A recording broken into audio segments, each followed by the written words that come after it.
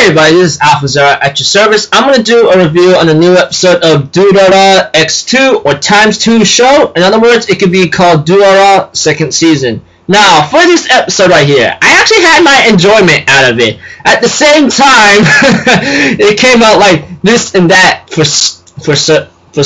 some reason. But you know, it's just like, I don't really know how to say it, but things are getting a little hectic here and there, to be honest with you. But and it's also very hard for me to try to piece together with this, because right now, like, I'm thinking in my mind, okay, what's gonna come in order, you know? But yeah, so if anything else, let's just get started. Okay, at the beginning, I believe there was some shoplifter, right? And then this guy with a bunch of bandages beat the heck out of the guy that's trying to run. He said, hey, let me tell you something, alright? Do whatever you want, but you raise your hand to a woman, you gotta deal with me, that kind of thing, you know? And this guy, well, I might be going kinda I might be kinda going out of place right now, because I'm trying to piece together what's up, you know? And later on, like, I think there was like a talk in the Dollars group later, and I just go, okay, nothing much going on as much as I expected, you know? And then we see some characters walking around, etc.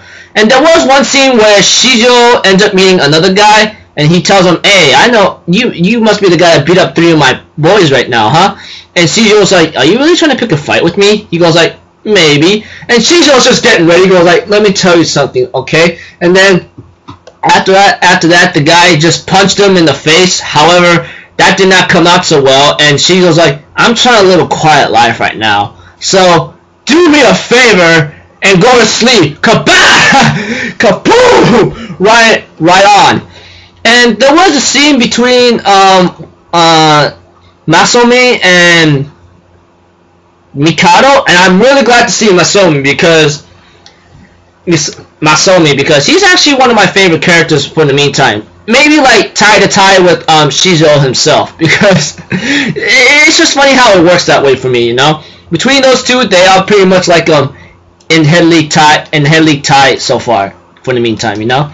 And I think there was one scene where Shou talks to his friend. Well, I forgot the guy's name. All I know is he wears glasses and other things, and I think he's Brazilian or African American. I don't know, but he did say after Shou tells him his story about like after he beat up the guy, which wraps up with a bunch of bruises, and he had to get treated right away. And Shou says like it took at least 4 or 5 punches to beat down the guy. That's for sure. I go like, well, at least he had some strong. At least it ain't one punch. At least if it was one, it's understandable. But to take 4 or 5 from Shou himself, a freaking superhuman monster, yeah, that's pretty impressive. I'm surprised his skull or face is not broken. Well, it might be, but still, it's impressive.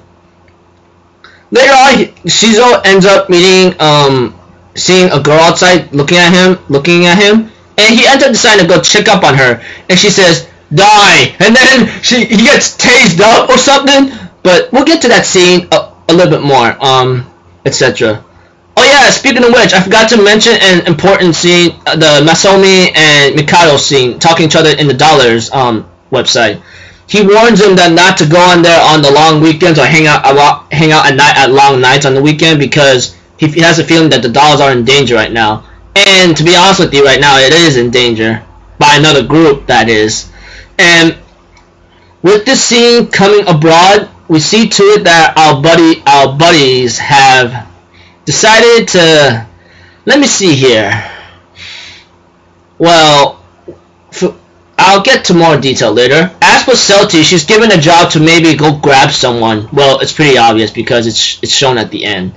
And speaking of which, when Shou got tased, he hit the taser, except the girl fell on the floor on purpose, looking like she's so innocent. And later on, the cops come by and they go, okay, time to make a run for it, and they end up running anyway. And of course, we end up seeing that the girl's clinging onto him. She says, you can't run, die, die. I'm like, girl, are you crazy? Are you nuts? Not trying to be all Mr. Squeaky Peaky voice, but I'm being serious right now. Just being literal. And so far to it that after complications. We have a crazy ending about Celti being stalked by another motorcycle. I think she used some kind of string whatsoever, and then cut off Celti's helmet. I'm like, whoa, who is this girl, man? And later on, it ends there, and I go like, God dang it. And next episode preview is like Dark Crow of the Dark Knight, I believe, or Dark Knight of the Crow. I don't know, but all I know is it ends with Crow. All I know is it has Crow and then Dark Knight. That's for sure.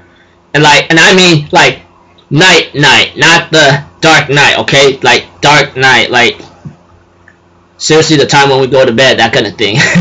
So pretty nice episode overall. I wanted to like do a certain organization, but I'm pretty sure that would have complicated things up. But all I know is I see to it that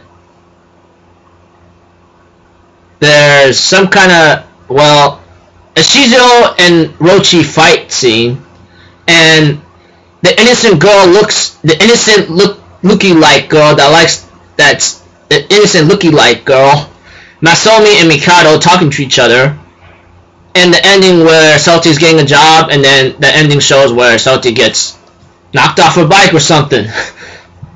That's all I can tell you right now. Those are just 5 important points. Those are just 5 points I could tell you right now. So overall, nice episode. I'm gonna end it here, people. Expect my next review to come up in about like 30 to 50 minutes at most. My next review will be Outnoise02, so please be patient, and I'll see y'all till then. I'm Alpha Zero. Have a good day, and I'll see you guys in my next video.